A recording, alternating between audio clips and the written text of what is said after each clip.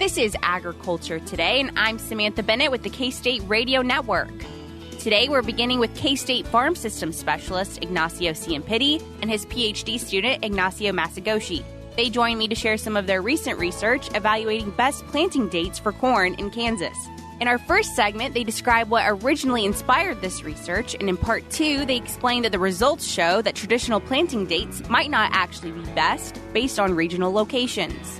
Also ahead, in last week's horticulture segment, K-State Research and Extension Horticulture Agent for Johnson County, Dennis Patton, explained how the Extension Master Gardeners of Johnson County were chosen to host the 2023 International Master Gardener Conference. This week, he discusses the workshops, presentations, and tours being offered during the conference.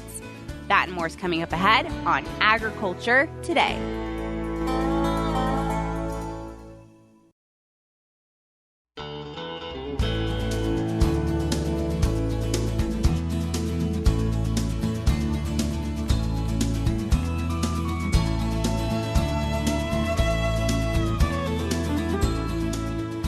This is Agriculture Today. We are back now with Ignacio Squared in the studio today. We have with us Ignacio Ciampitti. He is our K-State Farm Systems Specialist, of course, that you guys are used to hearing across the air. And we're also joined by one of his PhD students today. His name is Ignacio Massigoge. So thanks for joining us today, guys. Thanks, Sam, for the invitation. Absolutely. So today we really wanted to talk about some recent work that you both have been working on, and it's corn planting and frost risk for Kansas. So, Dr. Ciampitti, what really inspired this work? First of all, it's a pleasure to be here.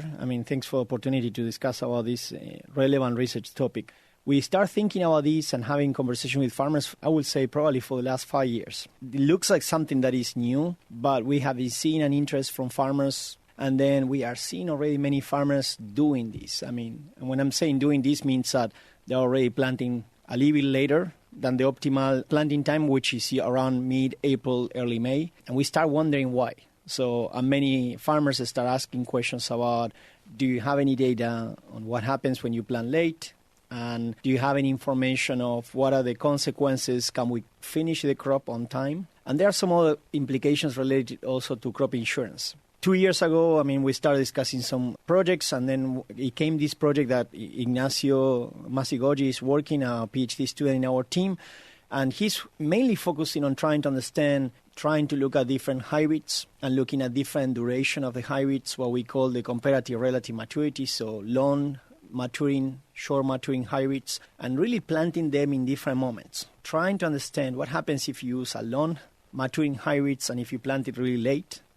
Past recommendations from our team, from our universities, and around the area, they were telling us, if we are moving late, we need to start shortening the hybrids.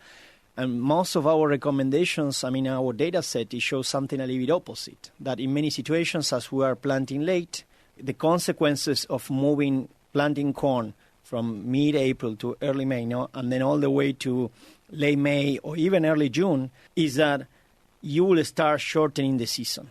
So we are getting that corn planted in the moment that the number of hours during the day, the light is just going down, reducing during the summer, and then that plant has less possibility to form new leaves and create basically the mass. And this is one of the things that is the main factor that will define what is your yield potential.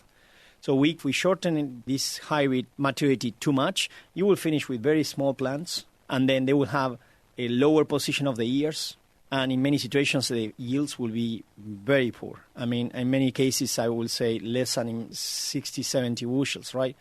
When you look at those numbers, you say, well, it doesn't make even a sense to start thinking about planting late corn. The challenge it came because most of our recommendations, if you start thinking on corn, they are derived from the eastern part of the Corn Belt. So all the big I states, early planted. So we look at the farmers and they say, April 15, time to run. Yeah. And the main challenge is that we need to start thinking about that they are looking at, in many situations, 250, 300 bushels. I always make the joke that when they get 240 or 220, they cry. And we are like, man, we are really in a different environment here. Except for northeast or northeast, as we call the corner of our state that is, bordering with Iowa or Missouri, in many of our environments, our corn yields, we are in 150, 180, in many places 120 bushels, okay? So the mindset needs to change. Yeah. In order to produce 150 or 180 or 120 bushels, you don't need the same growing season that if you are thinking about producing 250 bushels. Sure. Okay? So that mindset needs to start changing, and the change will come slow.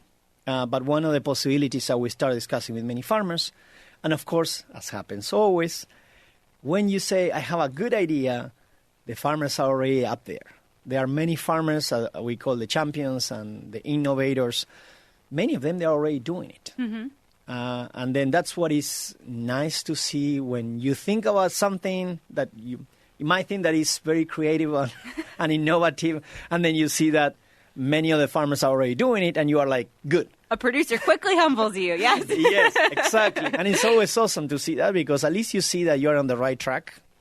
And then you start seeing that many of the recommendations that we'll discuss today are things that there are many farmers already working on. And we have a few examples, like Central Kansas, working with many good farmers in Salina, McPherson, no?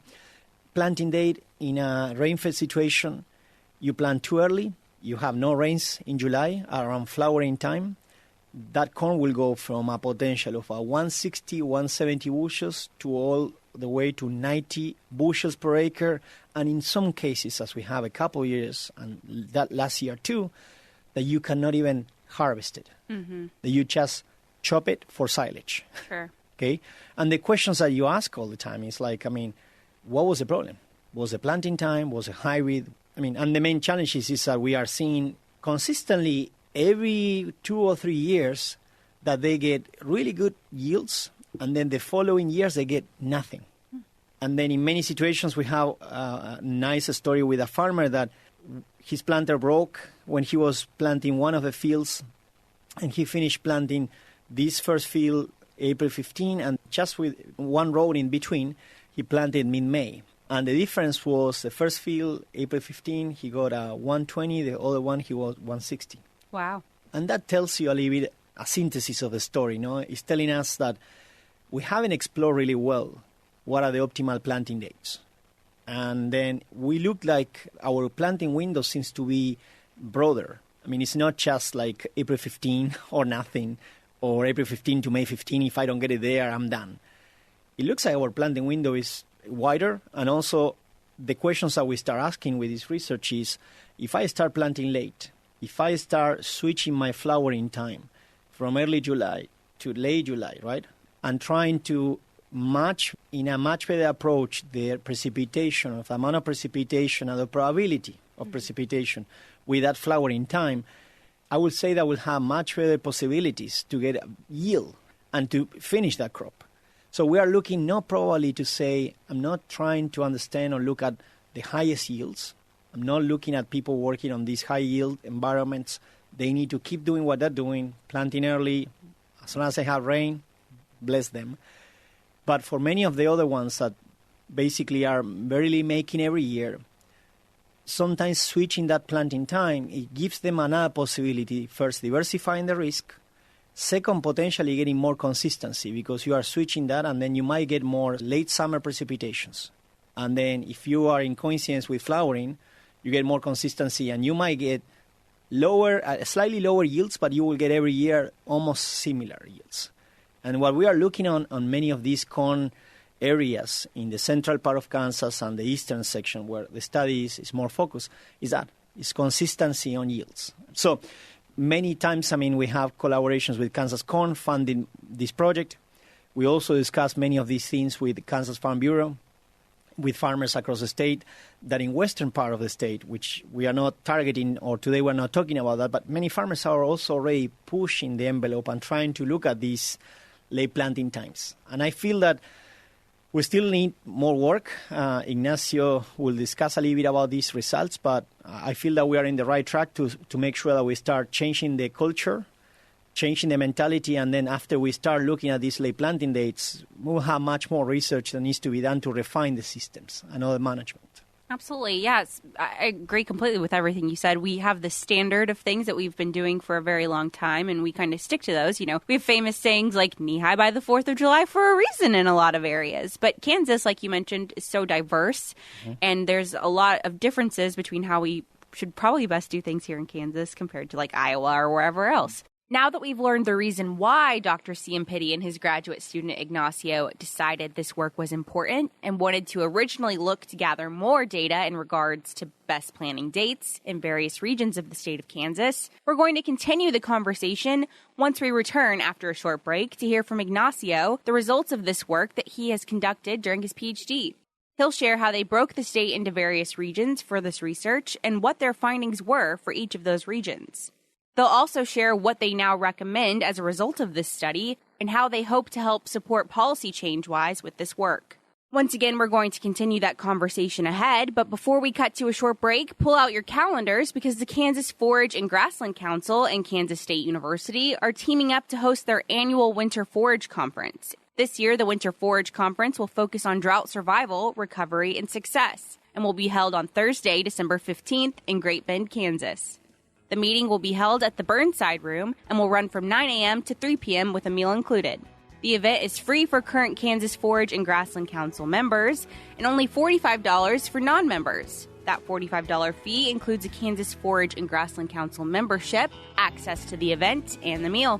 To RSVP for the meal count, be sure to contact the Cottonwood Extension District office at 620-793-1910. We'll be back with more ahead on Agriculture Today.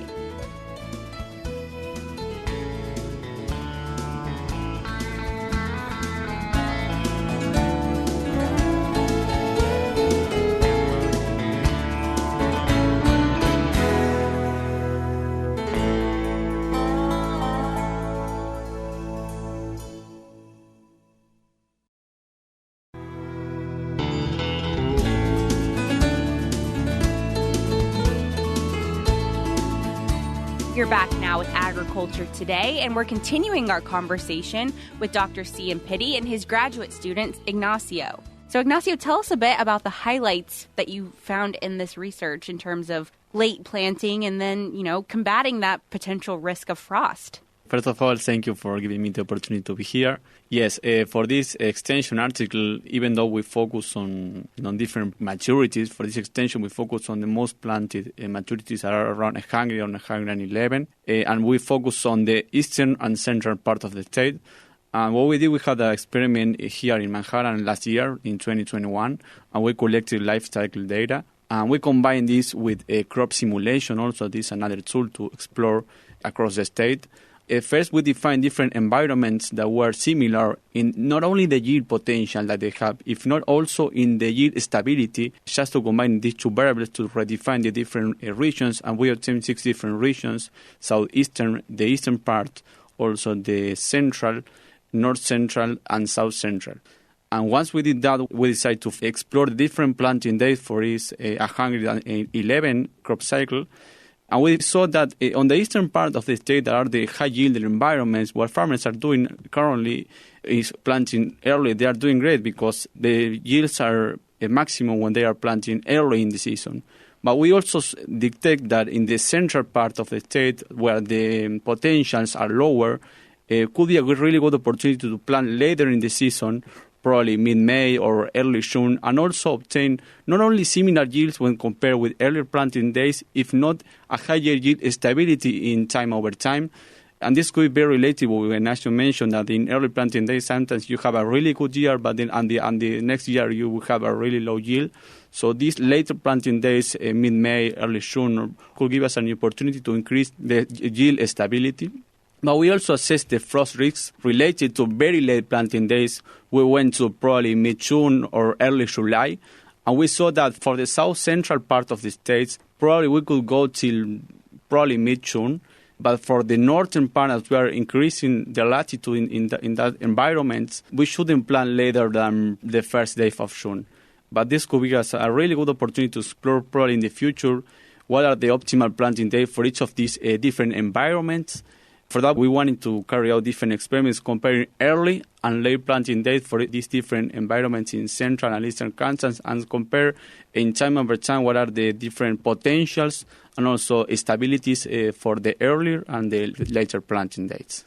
Sure. So key factors here when you're thinking about those different regions, comparing, let's say, northeastern Kansas, like you said, to the central, south, or north, I guess really precipitation amounts, just very different in those regions, but also heat in a lot of ways too. Are those kind of the main factors here? Yeah, and also this heat stress that is probably very usual in early planting days could be minimized in the later planting days and also increase the possibility of receiving a higher rainfall as we are planting date.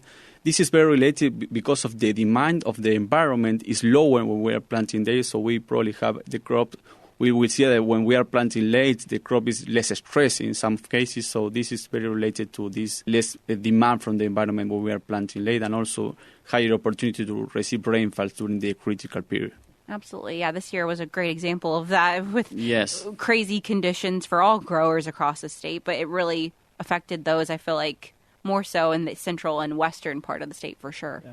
I mean, one of the things, as Ignacio mentioned, is we are moving into doing more tests. We want to get more data from many locations and years, looking at early, like April 15, planting time versus late maize. We want to get more data on this just to start looking at providing this information so we can start working with crop insurance companies and looking at options for farmers to start switching these planting dates and get coverage. And the second point, I mean, if you want a quick summary, is the northeastern portion of the state is really, really similar to what we are seeing on high-yielding situations. I mean, this current year was probably not the best for portraying that situation, but early planting is still okay. The southeast is a little bit different. We have a longer season, so we have possibilities to play a little bit more. Most of the times, remember that farmers are planting really early there. So we have possibilities of potentially intensifying if we finish that crop and we can move to a second crop after corn. Similar in the south-central portion that Ignacio mentioned before, if you look at Wichita or south, we are already farmers doing that. I mean, they're already planting corn really early. That's an option. And then you finish it, and then you can come back with winter wheat or canola as a really good options. Or you can do the opposite and trying to do oats or service crops. When we say service crops means like what we call the cover crops, and you can put something there for a couple months until you can be comfortable that the conditions for planting are good, and you can go stretch almost until June to make sure that you can plant. The main challenges on many of these decisions on planting is always check on with your crop insurance. I mean, discuss with them on looking at what is the last planting dates. If you look at corn, in many scenarios across the state, today we are still restricted by that. Most of the central part, the last planting day to get full coverage is still May 25th. So we are trying to help and facilitate and working on these projects to see if we can get more new updated data so we can then make some informed decisions and help revisit some of these crop insurance last planting dates. So still, I mean, a lot of things that will happen on this topic. And again, in terms of probability of risk to finish the crop, we are seeing that every time that you are north of I-70, you always have challenges. And then if you move later than June, you have big challenges. We have situations of 25% probability of risk frost if you move later than that time. So we always recommend to try to finish most of your planting way before the end of May. If you are south of I-70, it's the point that we start seeing more and more possibilities because that risk of frost is very minimum. In many situations, less than 5% based on these historical data sets. So what I'm hearing here is just you're hoping to give producers a bit more flexibility in terms of what they can do, but also you're hoping the research helps lead to policy changes too across the state. So fantastic. That's the main goal over time. Wonderful. Well, I know we've just spent a long time talking about planting specifically, but people are thinking ahead. And because of that, you're putting together corn schools to help producers update them on the latest and greatest information from your lab. Yeah, I mean, an excellent kind of a shout out to Kansas Corn. I mean, that is one of the main sponsors, and we have a partnership with them working in collaboration. So we try to take care of academic coordination, and they are great on working with excellent partners. They put together the rest, working with our facilities and making sure that we have location, good food. And this winter we are focusing on 4 schools in 4 different places. So we're trying to target the western part of the state, central part. Then we are moving to northeast and then we are finishing on the southeast location. We're also planning to have early February like a virtual school as we did last couple of years. So our first school, it will be Oakley, January 12th. All the schools will try to go from early morning. Usually we start around 9 a.m. and we finish all the schools around 1 p.m. just with lunch. And our main idea on all the schools is we are focusing on a few topics. Production is one of the critical topics. In some of these schools, we are also covering soil health, management of disease, weed management. Our second school that is on Salina, we are partnering them with the Great Plains. So we're planning to be there on January 13. And the school will be very similar. We have multiple topics, markets, policy, and also we will have some topics related to planter systems. And we might have a possibility after the school to do like a tour around the factory. So wonderful. Yeah, that sounds, at least exciting on our end. The following one is on Mayetta, so we will be at the Prairie Bank Casino. Hopefully everyone will be able to enjoy specifically the school first. But, our main topics will be connected similar to production. We also will have an update on disease, markets. And then the last one will be in our Southeast Research Station. So our folks on Southeast are hosting in the new building. So very similarly, our focus is very regional. So we have people, presenters focused on regional corn practices for Southeast. We also have updates on weed management and then also markets and the last point on the policy side. On the virtual school, we have a more variety of topics, but these presentations, remember that those on the virtual side, this will be on February 2nd. We will be targeting more the kind of a night shift, and we'll go from 5 to 8 p.m. And the main goal is just to give a quick kind of a update on multiple topics. So we'll go from production, disease, herbicide, then we'll go to cost markets, and also to the last point of policy. So very excited. There is a website to register. So if you go to Kansas Corn, you will find in Kansas Corn the corn schools. Just type corn schools. If not, you will be able to go to our eUpdates. So we have all the information related to schools and how to register for the incoming corn schools. We're also planning to offer commercial pesticide credit application already applied for and CCA credits. Wonderful. Well, it sounds like an opportunity for many to get information that they'll need for this upcoming year. And I'll link to all of those resources in the show notes of today's show, which can be found on agtoday.net. So easy to find information there.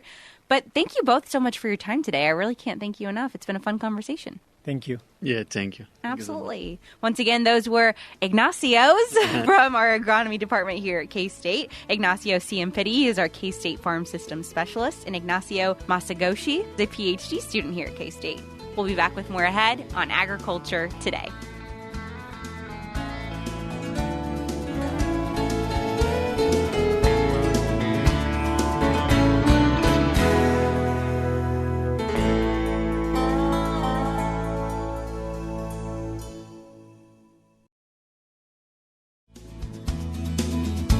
This is Agriculture Today. Along with Samantha Bennett, I'm Jeff Wickman. Last week's horticulture segment focused on the effort of the Kansas State University Extension Master Gardeners of Johnson County to secure the bid to host the 2023 International Master Gardener Conference. This week, K-State Research and Extension Horticulture Agent for Johnson County, Dennis Patton, talks about the workshops, presentations, and tours that have been lined up for the conference. We have 12 bus tours, 11 interactive workshops, 5 keynote speakers, 3 evening featured speakers, and nearly 50 breakout sessions, and a trade show for people to attend while they're at the International Master Gardener Conference.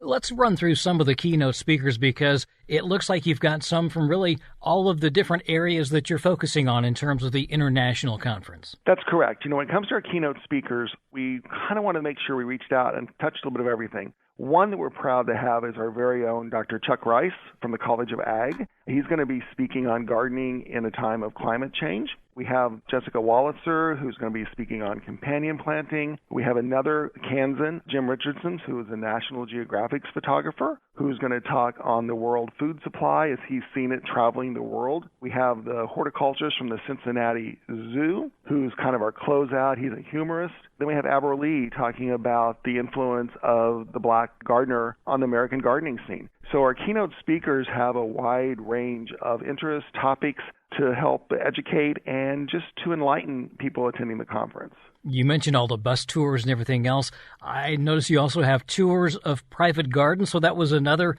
thing that you had to set up? So, when we got the conference, it's our Johnson County Master Gardeners, Johnson County Extension, that's the lead organization. But one of our goals from the very start was to showcase Kansas. Even though we're in far eastern Kansas, Overland Park with the conference, we wanted to try to get people into more parts of Kansas. So we intentionally have an overnight bus tour that's going to the Maxwell Game Preserve there in Canton. It's going to Dick Arboretum of the Plains in Heston. It's going down to Wichita, to Botanica, and then the National Tallgrass Prairie Preserve there in Strong City. We have a bus tour heading over to the K-State campus, the tour of the gardens, some green roofs, the Conza Prairie. We have a bus tour headed over to Topeka. We have one headed to Lawrence. And then, of course, we have a number of tours here in the Kansas City metropolitan area. So our goal was to get people into more Kansas, learn more about Kansas, and really make this Kansas flavored with our bus tours. Are there any restrictions on who can attend this conference? Well, the conference is designed for Extension Master Gardener volunteers from across the country, and there's roughly 86,000 of those United States wide. But, we have no way of checking whether or not they're a Master Gardener or not, so the general public can slip into the conference.